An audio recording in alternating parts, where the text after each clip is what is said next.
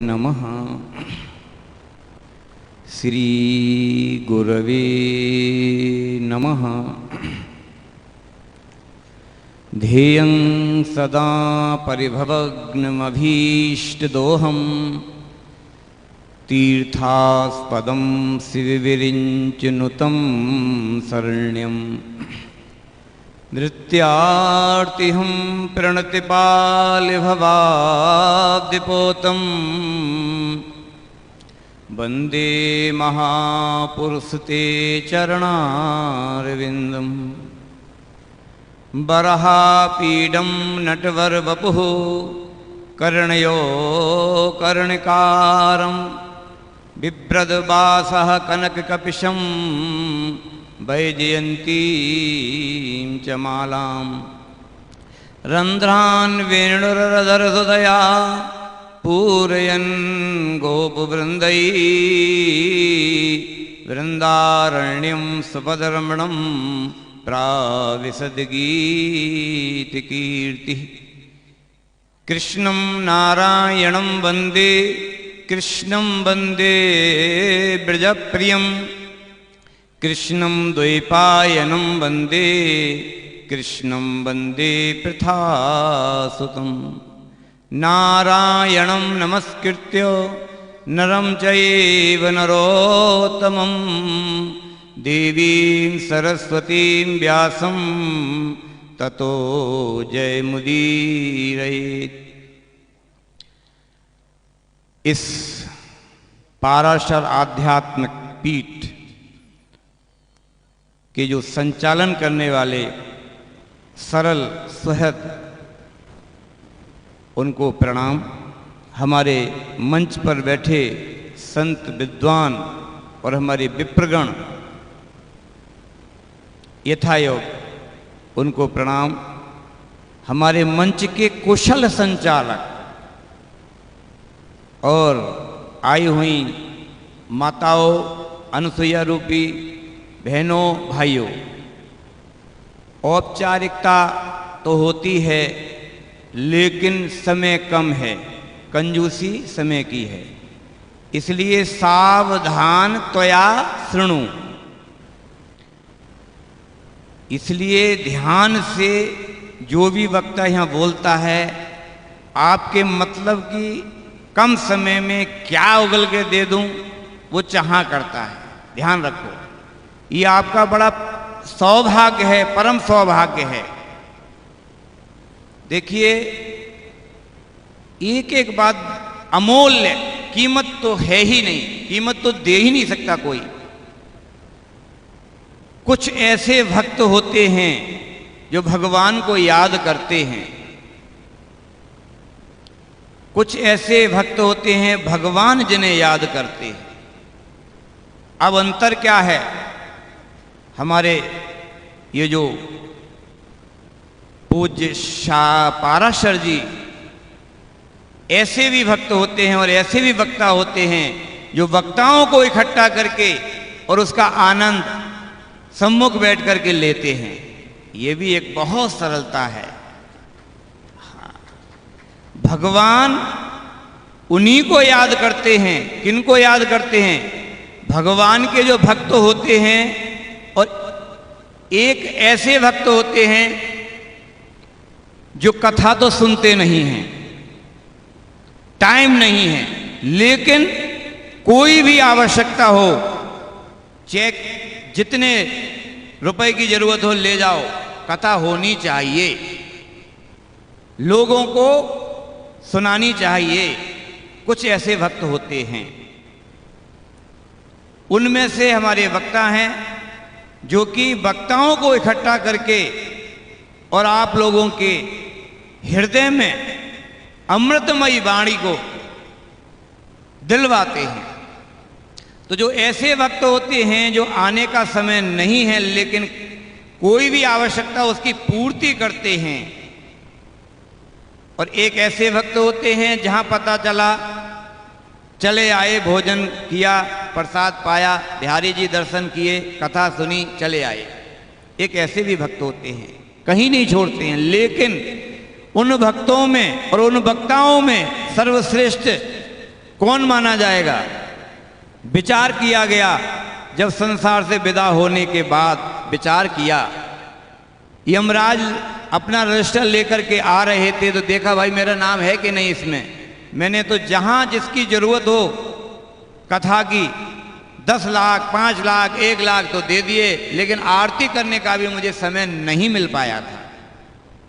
लेकिन देखा भाई इस रजिस्टर में तो आपका नाम नहीं है। फिर भी सरलता के अनुसार कोई नाराजी नहीं हुई उनकी। एक बार दोबारा मिलना हुआ, बोले इस रजिस्टर में किन लोगों के नाम हैं? उन्होंने कहा भाई इसमें तो उनके नाम है जो भगवान स्वयं याद करते हैं, देखना मेरा नाम है कि नहीं है। सबसे पहली लिस्ट में नाम लिखा हुआ था, उसका सबसे पहली लिस्ट में नाम लिखा हुआ था जिसको भगवान याद करते हैं। किसको करते हैं? जो भगवान के कथाओं को करवाने में सहयोग देते हैं। तो आप भी ऐसा विचार करो, भगवान ने सामर्थ्य दी हो तो ऐसे वक्ता, अन्य वक्ताओं को बुलाएं और पूरा सहयोग दें। आप कैसे? तन से, मन से, धन से।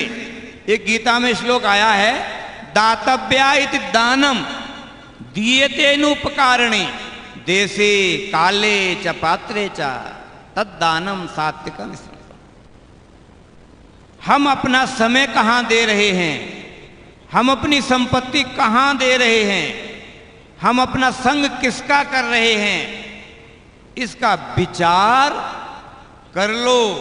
ये जो शक्ति वहां से आने में आपने जो खर्च की वो बेकार नहीं जा रही है, गारंटी के साथ। और संपत्ति भी आपने जो सहयोग दिया है, अगर आप सहयोग में देने में सामर्थ्य हैं और सहयोग देते हैं तभी तो ऐसे कार्य होते हैं। ऐसे बाल सुख जो देश के कोने कोने में, क्या अभी तो कुछ उम्र भी नहीं है, ऐसे लोगों को बुलाने के लिए व्यवस्था भी चाहिए, माइक भी चाहिए, स्टेज भी चाहिए, तब उसका आनंद आप लोगों को मिल पाएगा। अच्छा, आनंद आ रहा है कि नहीं आ रहा है? जिसको आ रहा है हाथ उठाओ। तो ये आनंद कब आएगा? अपना समय, शक्ति और संपत्ति, इस पर विचार करो कि हमारी बुक कहाँ जा रही है, कौन सी बैंक में हम अपना संपत्ति जमा कर रहे हैं, और कौन सी बैंक में ये समय जमा कर रहे हैं, और कौन सी बैंक में ये शक्ति दे रहे हैं, और कौन सी बैंक वाला ये संग कर रहे हैं। श्रीमद् भागवत गीता में 700 श्लोक हैं, सभी जानते हैं। सार क्या है? आहा, पहला श्लोक सब जानते हैं, धर्म क्षेत्रे कुरुक्षेत्रे समवेता युयुत्सवः मामका पांडवश्चैव किम कुर्वत संजय। और 700 श्लोक के लास्ट में, अंत में, यत्र योगेश्वरा कृष्णो यत्र पार्थो धनुर्धरा तत्र श्री विजोरभूति ध्रुवामी मेति मम।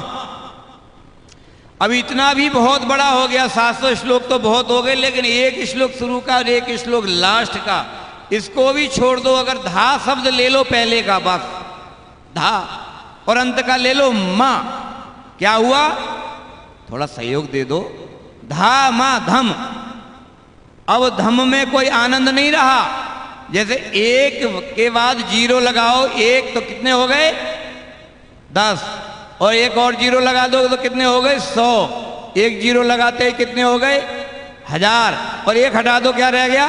कुछ नहीं, 0/0। ऐसे ही धा और मां में क्या आवश्यकता है?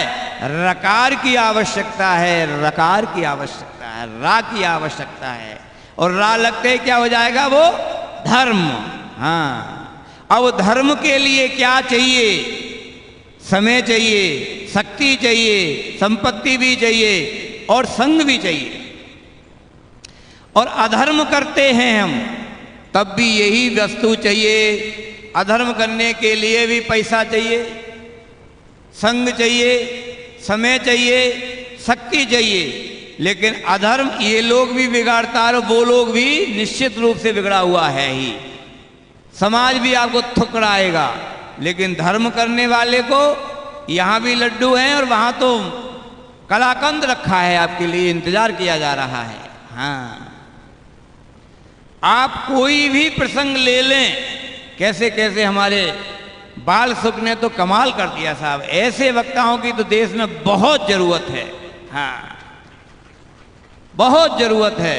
हमें तो रोमांच खड़ा हो गया। यानी 12-13 साल की आयु वाला, वाह, धन वृद्धा बल वृद्धा आयु वृद्धा तथई बचा ते सर्वे ज्ञान वृद्धश्च किंकरा शिष्य किंकरा, वो तो है ही। लेकिन फिर भी भुलाने वाले को यहाँ कितना एक आश्चर्य है कि ऐसे वक्ताओं को इकट्ठा करते हैं ताकि ये बुलाते रहें, इनका हौसला बढ़ाते रहो। हाँ, यहां ध्यान दो, अगर ऐसी स्थिति होती, आत्मदेव ब्राह्मण जैसे को भी धिक्कार धिक्कार के किसी ज्ञानी संत का पीछा कर दिया। संत ने कहा, भाई तू अपने पुत्र के वियोग में क्यों परेशान हो रहा है? 1 जन्म 2 जन्म 3 जन्म 7 जन्म तक तेरा योग ही नहीं है, फिर भी उसने साथ नहीं छोड़ा। बोले भैया मुझे तो संतान चाहिए। लेकिन इतना संसर्ग किया, इतनी ब्रह वेदना की, तो कितने दयालु होते हैं। अगर आप इसी प्रकार से किसी ज्ञानी का संग पकड़ लोगे तो कल्याण जरूर हो जाएगा, लेकिन विवेक नहीं होगा तो कल्याण नहीं होगा। हाँ, देखो उसने, संत ने क्या दिया? प्रसाद रूपी फल, मुंह के माध्यम से खाने के लायक चीज। और ये वक्ता क्या देते हैं आपको? कानों के माध्यम से, और आनंद बराबर आता है। कानों से सुनने के बाद भी आनंद आता है, मुंह से खाने के बाद भी आनंद आता है। लेकिन विचार करो किसका दिया हुआ है? संत ज्ञानी का दिया हुआ प्रसाद पात्र ले पाता है, कुपात्र नहीं ले पाता है। हाँ। अब उसको तो आपको मालूम है पात्र कौन है। धुंधली हो सकती है, ऐसी कभी हो ही नहीं सकती। तो ऐसे सत्संग को हर कोई आदमी सुन नहीं सकता। हाँ, कौन सुन सकता है? जो पात्र था वो पात्र अपने आप चला गया। कहां गया? गौ माता के पेट में। क्यों? पात्र गौ माता है, गीता माता है, गंगा माता है, जन्म देने वाली माँ है हमारे। ये तो पात्र के पास स्वयं चला जाता है व्यक्ति। तो आप लोग भी भाग्यशाली हैं। कोई देहरादून से, कोई अन्य जगह से आकर के यहाँ आकर के अपना ये कानों के माध्यम से ग्रहण कर रहे हैं। हाँ, लेकिन इसको मनन जरूर करना। हाँ, अब गौ माता के पेट में हुआ वो क्या हुआ? अपने पिता को उपदेश देते हैं। देहे स्तिमांस रुद्रे विमतित्व जत्यम जाया सुता दशदा ममताम विमुंचा पश्चा निशम जगदम क्षण भंग निष्ठम वैराग्य राग्य रसो। अंत में कहते हैं धर्मम भजस्य सततम त्यज लोक धर्म। सेवा, आहा, सेवा ही तो सबसे परम धर्म है। कोई तन से सेवा करो वो भी है, धन से सेवा करो, मन से सेवा करो। सेवा, कथा, रसमहो, नित्य राम, इससे मत खाओ। हम लोग भोजनों में हर तरह के व्यंजन होंगे, अघा जाएंगे, लेकिन दाल रोटी प्यार की जो होती है उसे कभी नहीं अगाते हैं, है ना। तो ऐसे ही आदरणीय पृथु महाराज ने, जब उनके यज्ञ पूरे हो गए थे, इंद्र देवता ने घोड़े चुरा लिए थे, पता है आपको, तो क्या मांगा?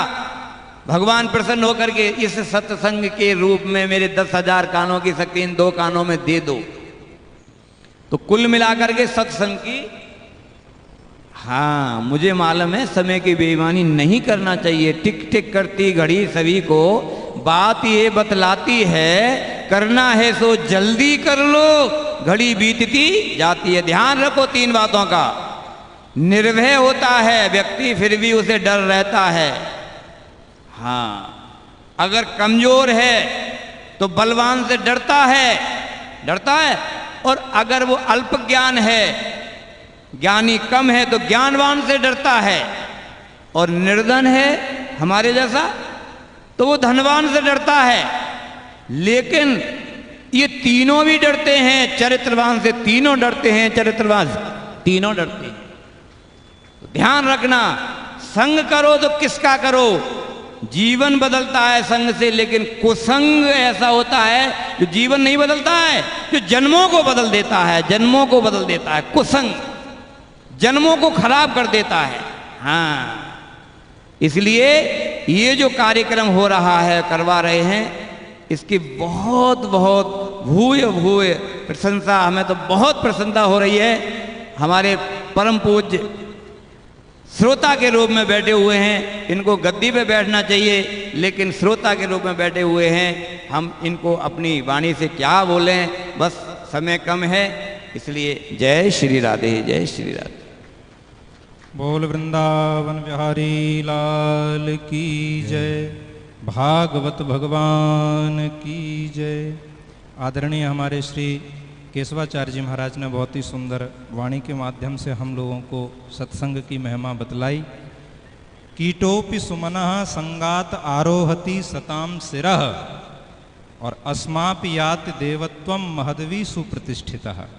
एक छोटे से दृष्टांत के माध्यम से, एक फूल होता है और एक कीड़ा होता है, पर यदि कीड़ा फूल में आकर के बैठ जाए, बहुत ध्यान देना, फूल में यदि कीड़ा आकर के बैठ जाए तो वो कीड़ा भी भागवत जी पर चढ़ जाता है और बांके बिहारी पर चढ़ जाता है। कितनी बड़ी अद्भुत महिमा है। और यदि कोई पत्थर हो और किसी कारीगर के हाथ लग जाए तो वह भी देवत्व को प्राप्त कर लेता है। तो सत्संग की बड़ी अद्भुत महिमा है।